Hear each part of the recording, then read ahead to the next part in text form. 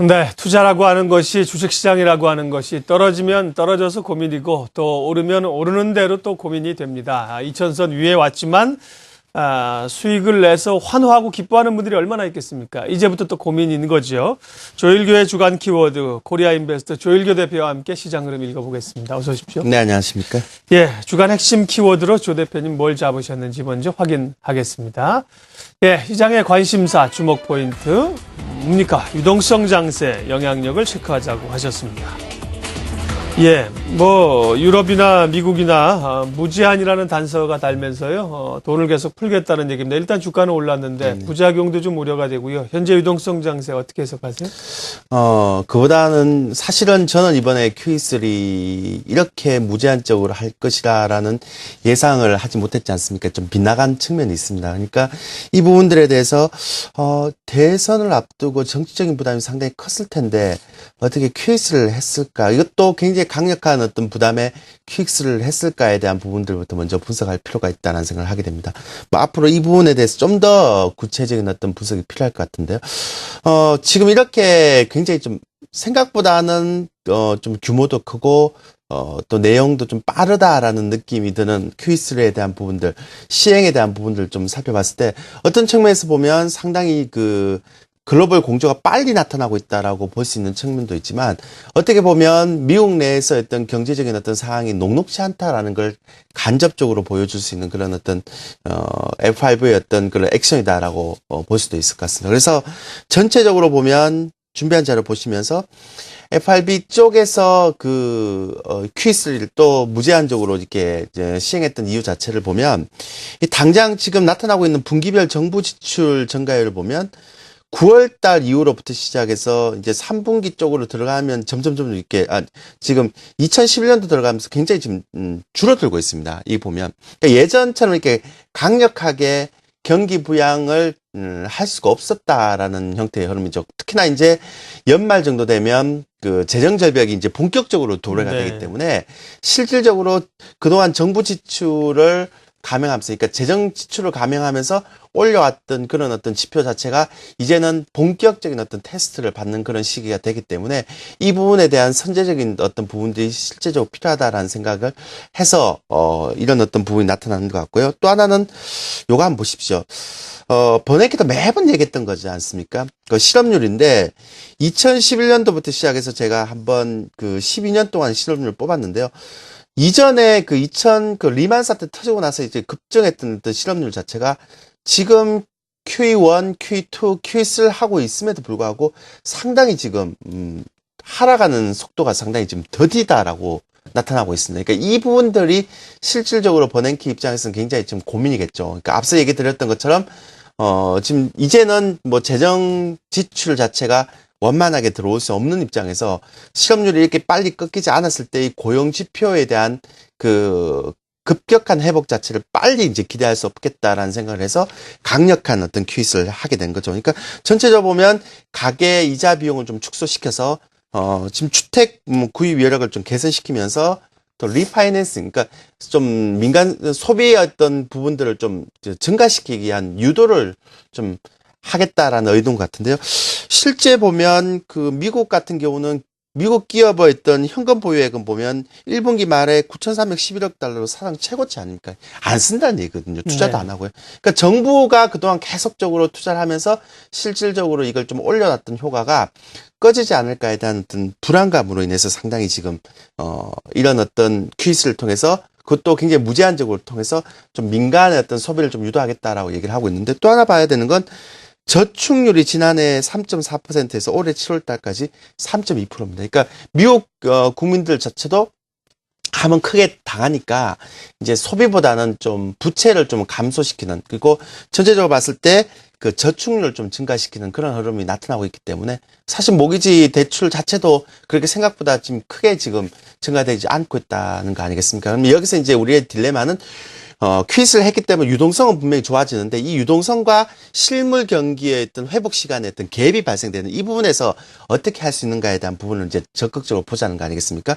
근데 지금 보면 퀴즈를 딱 얘기하고 있는 시점에서 보면 달러 인덱스가 엄청나게 떨어지고 있습니다. 그러니까 전체적으로 봤을 때 84에서 79까지 떨어지고 있는데 분명히 좋죠. 왜냐하면 우리 한국의 입장에서 보면 이 달러 인덱스가 떨어지게 되면 위험자산 선호 현상 때문에 계속적으로 외국인 매수가 들어온 건 사실입니다. 근데 이것도 어느 정도 한계가 있거든요. 그러니까 전체 보면 달러 인덱스가 계속 떨어진다, 달러 가치가 떨어진다라는 건 전체적인 인플레이션에 대한 우려감도 부담이 증가될 수 있는 부분이 있기 때문에 지금처럼 미국의 어떤 소비라든지 경기가 좋아지지 않은 상황에서 가솔린 소매 가격을 보면 QE1일 때 이렇게 올라갔고요. QE2일 때 이렇게 올라갔고 QE3를 했을 때 다시 이게 올라가게 되면 실질적으로 미국 소비의 가장 큰 부분을 차지하고 있는 이 가솔린 소매 가격도 실질적으로 만만치 않은, 그러니까 오히려 더 부담을 다 작용될 수 있다는 거죠. 그래서 참 재밌는 거는 지난주에 제가 설명을 드리려고 했던 건데 되게 중요한 건데요. 이 S&P 500의 연봉 지수를 보면 올해 지금 전체적으로 봤을 때 한 2000년도부터 시작해서 한 12년, 13년 동안 계속 박스권으로 지금 계속적으로 진행되고 있다가 지금 전체적으로 이 리먼 플러스 사태 이후로 경기 부양책이 굉장히 많이 나오면서 그 어느새 박스권 고점까지 올라왔습니다. 근데 이제 여기서 이 박스권 고점을 돌파하는 그런 시기가 나올 때는 앞서 얘기 드렸던 이런 어떤 경기 회복에 대한 신호가, 경기 부양책이 실물 경제 지표로 나와야 되는데, 그러기 위해서는 재정 절벽 이후에 나타나는 내년 1, 4분기의 경기 지표가 상당히 좋아야 됩니다. 네. 만약에 경기 지표가 못 좋아지게 되면 다시 한번 지표 보면 이게 올라가지 못하고 이게 다시 밑으로 떨어져서 이게 박스권으로 되게 되면 다시 한번 또 박스권으로 이렇게 갈 수 있는 그런 흐름이 나타날 수 있지 않습니까? 그러니까 이러한 부분들이 퀴즈를 했던 것들이 유동성 효과는 나타날 수 있겠지만 실물 네. 경계로 나타나냐에 따라서 내년에 본격적인 대세 상승이 될 것이냐 아니면 다시 박스권으로 갈 것이냐 이 부분에 기로에 서 있다라고 보면 될 것 같습니다. 단기적으로 체크해봐야 될 경제 지표는 어떤 게 있죠? 아무래도 중국 PMI 지수하고요. 그 필라델피아 제조업 지수 그리고 8월 경기 선행 지수를 봐야 될 것 같습니다. 왜냐하면 어제 발표됐던 엠파이어 스테이트 지수가 좀 안 좋았거든요. 네. 그러니까 앞으로는 이제 미국 경제 지표가 계속적으로 좋아지는지 안 좋아지는지를 봐야 될 필요가 있다는 것들을 통해서 이제까지 봤던 미국의 경제 지표하고 올해 4분기 내년 1분기는 경제 지표가 근본적으로 내용이 틀리다라고 볼 수 있겠죠. 미국도 미국이지만 중국은 지표가 여전히 좋지 않죠? 맞습니다. 네. PMI 지수 보시면요. 네. 뭐 계속 밑으로 좀 흘러가고 있습니다. 그러니까 전체적으로 봤을 때 중국 경기 자체가 좀 받아줘야 되는 부분인데 아직까지 받아주고 있지 않거든요. 그러니까 정권 교체가 새로운 정부가 완전히 이양되고 난 이후에 본격적으로 중국도 이런 부분들 좀 푸시를 할 것 같다는 생각을 좀 하고 있고요. 아직까지는 나타나온 경제 지표 자체가 그렇게 좋지 못합니다. 뭐 지금 성장률 자체도 8%에서 7%, 또 3분기 또 7% 얘기를 하는 사람이 있어요. 그러니까 이런 부분들에 대한 것들이 새로운 정부가 바뀌기 전까지는 좀 힘들지 않겠나라는 생각을 좀 하게 됩니다. 네. 돈이 풀립니다. 돈이 풀리면 이 돈들이 나와서 주식으로도 오고 또 상품으로도 가서 보통 이제 유가가 오르기 마련인데 어제 유가가 급락했습니다. 금값도 떨어졌습니다. 뭐 시장에 약간 시장 이 급변동과 관련된 뭔가 에러가 있었다 뭐 이런 얘기가 나올 정도로 어제도 유가가 하락을 했었는데요. 그런 얘기는 조금 체크를 해 볼 걸로 알고 있고요. 수급 보겠습니다. 자, 2000선 올라오니까 뭐 개인들의 이 펀드 환매가 더 거세게 일면서요. 기관의 매수 여력이 없습니다. 어떻게 될까요?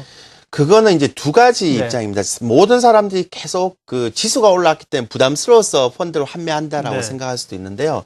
뭐 그것도 큰 영향이 있겠죠. 근데 저는 구조적인 문제를 먼저 보고 싶습니다. 그러니까 지금 가계부채가 상당히 많이 증가되고 있는 형태에서 부동산 담보대출이 또 한 번 증가되고 있지 않습니까? 그러니까 이러한 부분들이 실질적으로 오히려 금융자산을 팔아서 그 가계부채를 메꾸는 형태로 갈 수가 있다는 겁니다. 이게 굉장히 이제 구조적인 문제가 네. 되거든요. 그러니까 특히나 이제 이번 같은 경우는 뭐 몇몇 지역에서 전세보다 매매 가격이 더 올라갈 수 있고 또 반전세의 흐름으로 가다 보니까 월세 부담도 굉장히 높아지고 있고요. 그다음에 경기 상황이 빨리 좋아지면 괜찮은데 경기 상황이 좋지 못하다 보니까 기존의 부의 패러다임 자체, 그 중상층이 가지고 있는 네. 그런 어떤 패러다임이 변하게 되는 거죠. 그러니까 금융자산을 팔아서 이런 어떤 가계부채를 해소하려다 보니까 자꾸 이렇게 펀드 환매 쪽으로 집중되고 있는 부분이 있는데 이게 나중에 시장이 좀 좋아지는 어떤 상황에서도 상당히 좀 아킬레스건으로 작용할 수 있다라고 볼 수 있겠죠. 그래서 전일 같은 경우도 보면 외국인들은 5천억 정도 매수를 하고 있지만 기관은 한 4,300 정도 매도를 하고 있는 그런 흐름을 보이고 있습니다. 근데 특이한 것은 외국인들 5천억 매수를 했는데 선물을 또 5천 계약 매도를 했거든요. 그러니까 이게 이제 코스피 200하고 선물하고 원체 많이 벌어져 있으니까 이 차익 거래 쪽을 계속 원만하게 지금 하고 있다는 겁니다. 또 하나는 월별에서 1월 6일에서 7월 8일까지 외국인들 계속 많이 들어오죠. 유동성 장세에 대한 계속적인 어떤 흐름을 보여주고 있는데 이 결과로 원달러 차트는 계속적으로 하락을 하고 있습니다. 그러니까 지금까지는 이 환차익에 대한 부분을 계속 배팅을 했다 그러면 환율이 무조건 떨어진다고 해서 좋은 건 아니지 않습니까? 환율이 계속 떨어지면 수출 기업의 경쟁력도 안 좋아질 수 있고 또 하나만 계속 떨어지게 되면 이제 그동안에 외국인들이 환차익을 통해서 들어왔던 자금 자체도 실질적으로 한계가 있는 부분이 있으니까요. 그러니까 이런 부분들을 놓고 봤을 때는 기관들의 어떤 매수력이 어느 정도도 필요한데 지금 그게 안 되는 형태이기 때문에 윗방향은 제가 슈퍼박스권 얘기하면서 2100 정도인데 2100을 탄탄하게 막혀 있는 그런 구조다라고 볼 수 있겠죠. 그러니까 앞서 얘기했던 화두는 유동성 장세에 대한 시장 영향력 자체는 윗방향인 한 2100선까지는 좀 막혀 있는 그런 장세고 그 다음부터는 경기가 좋아져야 된다라는 단서를 좀 반드시 붙이고 싶습니다. 수급적으로 그동안 쌓여 있었던 그 프로그램 부담은 이제 만기일지라면서 많이 해소가 됐나요? 네, 많이 해소가 됐는데요. 근데 이제 문제는 뭐냐면 외국인 선물 통계치를 한번 보시면 아시겠지만 지금 전체적으로 봤을 때 주간 선물 3,665계약이고요. 많은 사람들이 궁금해 하더라고요. 이번 달 롤오버가 얼마 되든지. 그러니까 이게 15,000계약 됐습니다. 선물하시는 분 좀 참고하시고요. 그래서 누적합계가 64,400계약이니까요. 이 부분들이 이제 앞으로 어떻게 또 누적이 증가되는 부분인지 좀 봐야 될 필요가 있고요. 여전히 많이 됐긴 하지만 외국인들은 차익 거래 쪽에 많이 집중하고 있다는 것도 실질적으로 눈여겨봐야 될 부분이라고 생각합니다. 그래서 유동성 장세 좋아요. 그러니까 돈이 계속 풀려서 한국에 들어오는 건 좋은데 전체적인 위험 자산 선호 현상 자체도 일정 부분에 한계가 있고요. 이제는 본격적인 어떤 유동성을 풀었으니까 정책을 공격적으로 했을 때 경기가 실제로 좋아져야 되는 부분을 확인해야지 이제는 뭐 2200, 2300, 2400 그 다음에 어떤 문제다라는 생각을 하게 됩니다. 자, 시간이 이제 마무리를 좀 해야 되는데요. 지수는 어쨌든 간에 이제 새로운 국면으로 2000선 위에 올라왔습니다. 여기서 누가 주도주가 나오느냐, 주도주가 장을 이끌고 갈 수 없느냐가 있느냐 없느냐가 사실 이 상승의 연속성을 가져가느냐 아느냐에 중요하거든요. 네. 이 종목 흐름들 어떻습니까? 그 주도 업종이 새롭게 바뀐다라는 개념 자체를 요즘 많이 얘기하시더라고요. 네. 그러니까 뭐 유동성 장세기 때문에 새롭게 막 증권 업종이라든 금융 업종이 부각이 된다라고 얘기를 많이 하시는데 그럴 수 있는 상황은 아닌 것 같다는 생각을 좀 하고 있고요. 단 이제 기존의 중소형주 중에서 포트폴리오가 바뀌겠죠. 그래서 어제 전일 시가총액 상위 종목들 보면 확실하게 그 은행 업종이 실질적으로 좀 많이 올라가는 형태의 모습을 보이고 있고요. 그동안 많이 못 갔던 화학 업종이 많이 올라가고 있는 모습을 보이고 있습니다. 그러니까 이 얘기는 무슨 얘기인가 하면 낙폭과대 종목들이 그동안 리바운딩을 하고 있다는 얘기거든요. 그러니까 그동안은 가는 종목만 계속 가고 못 가는 종목 계속 떨어지는 장세였다면 이번에 유동성에 대한 효과로 인해서 시장의 어떤 쏠림 현상이 좀 해소가 된다. 그러니까 종목 차별화가 좀 해소가 되는 과정이다. 근데 이걸 가지고 새로운 주도 업종이 나온다라고 얘기하기는 조금 오바다라고 얘기를 하는 거죠. 그러니까 그 대신에 이제 낙폭과대 종목이 이전에는 제가 방송 나서 계속 그 시장이 가는 종목만 계속 가는 장세라라고 했는데 이제는 자금의 어떤 효율적인 집행보다는 유동성이라는 어떤 더 큰 흐름이 나왔기 때문에요. 이 낙폭과대 종목도 이제는 쏠림 현상 해소 차원에서 차별화가 좀 진행될 가능성이 크다라는 생각을 하고 있고요. 아무래도 그렇지만 대형주는 좀 짧은 순환매 장세가 나올 수밖에 없죠. 왜냐하면 윗선이 펀드가 자꾸 막혀 있기 때문에 이걸 무조건 올릴 수는 없거든요. 그렇기 때문에 아무래도 예전에 봤던 대형주는 좀 짧은 연속성 부재가 나타날 수 있고 중소형주 중에서 기존의 어떤 중소형주보다는 새로운 어떤 중소형주가 좀 바뀔 수 있는, 그러니까 오히려 주도 업종이 나온다면 중소형주 중에서 새로운 주도 업종이 나오는 그런 어떤 형태를 예상해 봐야 될 것 같다는 생각을 좀 하게 됩니다. 조일교의 주간 키워드 코리아 인베스트 조일교 대표님 함께했습니다. 고맙습니다. 예, 감사합니다.